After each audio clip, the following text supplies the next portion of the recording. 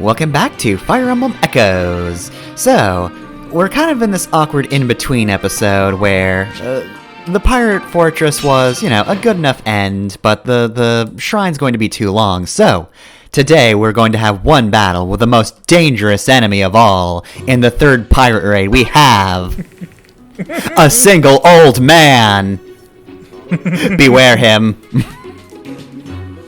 So, he's a cantor, and if you hadn't leveled up Jenny a lot before this point, you might not know what this means. However, he's got Conjure, which is a little bit different from what we've seen, but you have probably now read that description and know what his gimmick is. So, let's make sure to put our best foot forward, or best feet. I have more than one tanky unit now. Squishy people go in the back. There's only one of them? What's going on here? So, you're the girl, eh? Serving you up on a platter will earn me a swift promotion within the Fae. Now that I've washed this place clean of pirate vermin, you will come with me. Are you out of your mind, old man? We're in a hurry here and you're in our way. So would you kindly get out of it? Impudent child! Such a clipped tongue will earn you nothing but pain. Do you honestly plan to take us on all by yourself? Wait a second, is he? Oh no. Watch out, everyone. He's a cantor. He means to summon terrors to fight for him. He means to summon... Wait, what? Leave it to me. Cantor's got his gimmick out, and that's all we gotta deal with this time. But now that we know how that works, it's a pretty obvious gimmick, so we'll just deal with it. Meanwhile, we've met these three fools last time, so let's talk about their voice actors real quick. Or most of the episode. Anyway, Valbar here probably has the most prolific voice actor of the trio. He is voiced by Kyle Hebert, who has been in so many animes and video games. Amongst them, he's a lot of voices in Dragon Ball, Ox King, General White, but of course I think we all know his most important voice role in the Dragon Ball series, King Furry. I thought the most important would be the narrator, because that's a good, 10% of spoken dialogue in the entire series. Also, it's Hebert, not Hebert. Hebert. Okay, well, one of these days, the next voice actor's easy, so I'll get that one. Anyway, other voices include, from Symphony of the Night, he's the ferryman, and most importantly, the master librarian, so he is the man who shouts, "Hee hee, thank you!" anytime you buy a thing in Symphony of the Night, so that's great. Are you sure it's not the redub? I mean, probably the redub, but he still says, "Hee hee, thank you!" I think. Actually, it's been ages since I've heard the redub. I don't know if that's true. Either way, though, let's see. He's also the voice of Ryu from Streets. I think he's the current voice of Big the Cat. I think after the most important voice actor for Big the Cat, John St. John, was no longer the voice of him. Yeah, I think it was him and up until the present day. Will I be able to find Froggy? Will I catch an even bigger fish than I did in the last level? Will we find out why there's a goddamn fishing minigame in Sonic Adventure? Find out. Because they wanted a slower gameplay style. Hey Leon, can you help me find my pal Froggy? So he's also Ominous Crow in Bravely Default. I believe he's the current voice of Miles Edgeworth, now that they apparently have, at least voice lines. I actually haven't played some of the more recent Phoenix Wrights, so I think it's still only voice clips and not full voice acting, but don't quote me on that one. And you know what? Hey, also a good role. There's a whole bunch I don't recognize because, he's done a lot, but I do know Noriaki Kakyoin from JoJo's Bizarre Adventure. So waiting for you to mention that one. Hell yeah. It's the boy. And I think out of everybody on the list today, he's played the least amount of other Fire Emblem characters, only playing Valadar, but more importantly, Frederick from Awakening. Meaning, yes, this is the man who has said, pick a god and pray. I forgot that was him. Holy shit.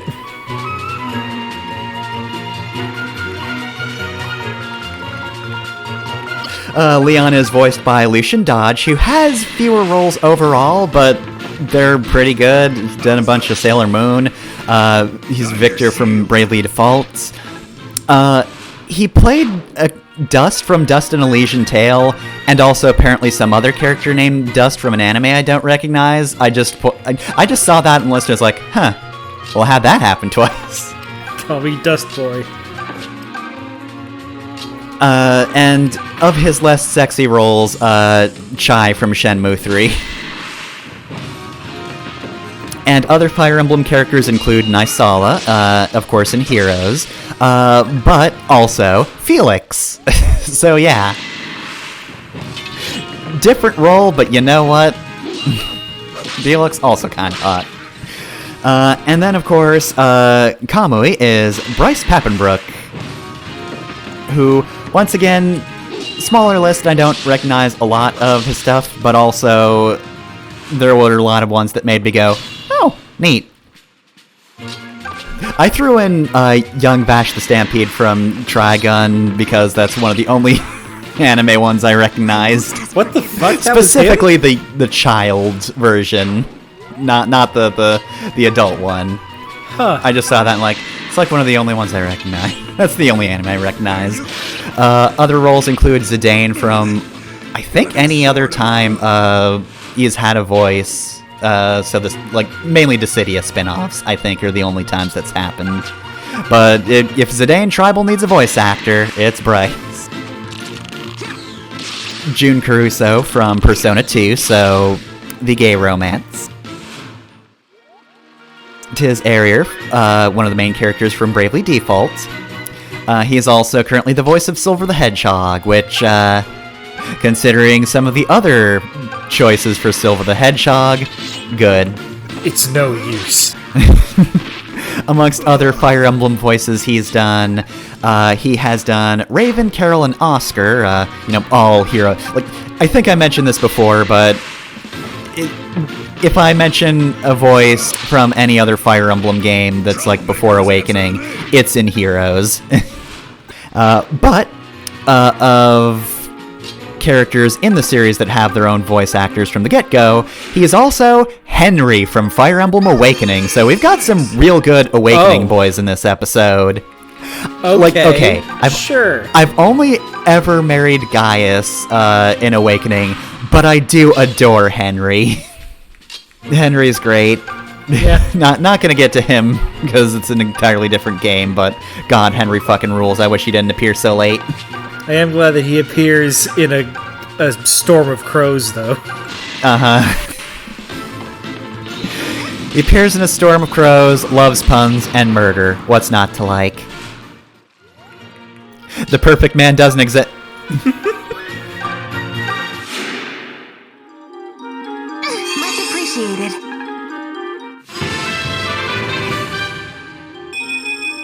I feel calmer, like I can see what the enemy is planning.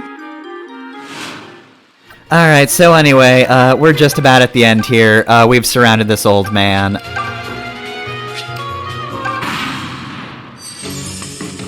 Of course, in order to keep summoning, he does have not only a heal tile to remain on and be very dodgy on, he's also just got a healing skill, so he can just keep summoning all day, every day. He won't do it every turn, so you're not going to get swarmed per se, but he is just going to keep doing it.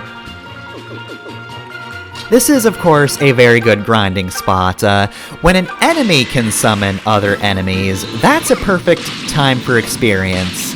Unlike our Invoke spell, which unfortunately doesn't get Jenny any EXP and kind of just sponges it up from everyone else, but whatever. Unfortunately, though, Cantor here is a surprisingly difficult boss just due to the fact that, he does have that healing tile, meaning he's going to be very dodgy. Oh, we learned Seraphim, I'll get to that in a sec. However, because he's a magic-based unit, he does have pretty good resistance too, so while mages don't have to care about actually hitting him, they probably will. Excuse me? Thanks, Leon.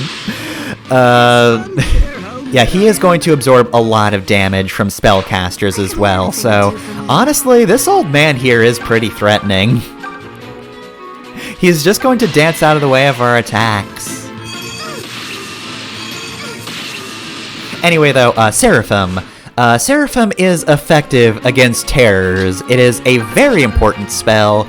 I believe some NPCs have just straight up said, hey, you're gonna want the Seraphim spell if you plan on going to the island we're about to get to, so if you need to grind for Seraphim, do that now.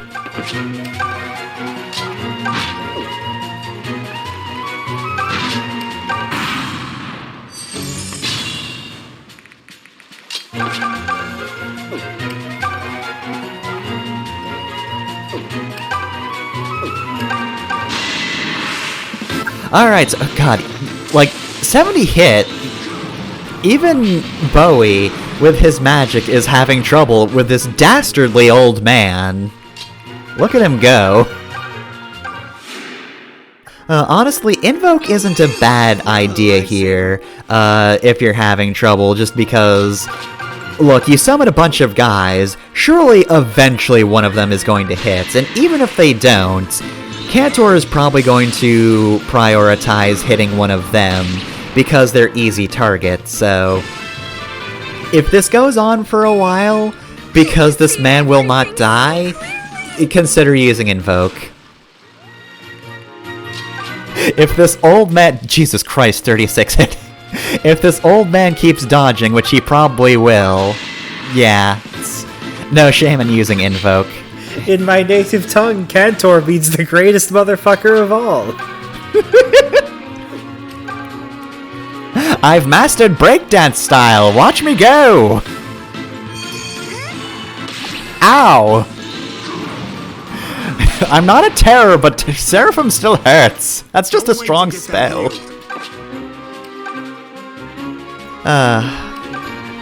Also, if you're wondering, no, Seraphim is not a stand-in for the Aura spell.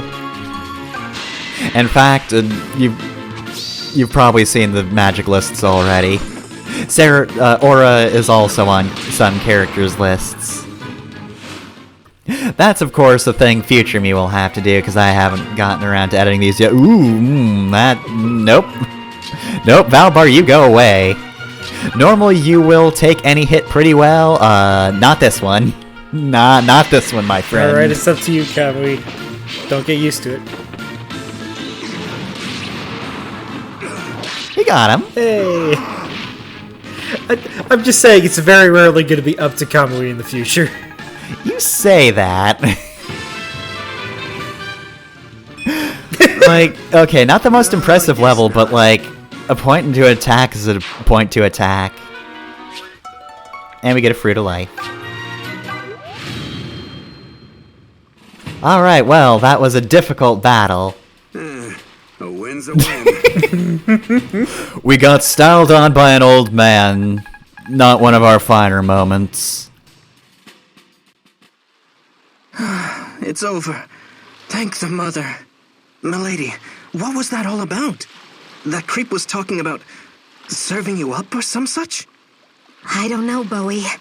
But he was different from the others who have come after me. And I fear he won't be the last. So we'd best be extra careful moving forward. Be careful of old men who will just fucking dance through all of your attacks. They're very wily. We won't be seeing them next time on Fire Emblem Echoes, though. We're going to be seeing that big dragon.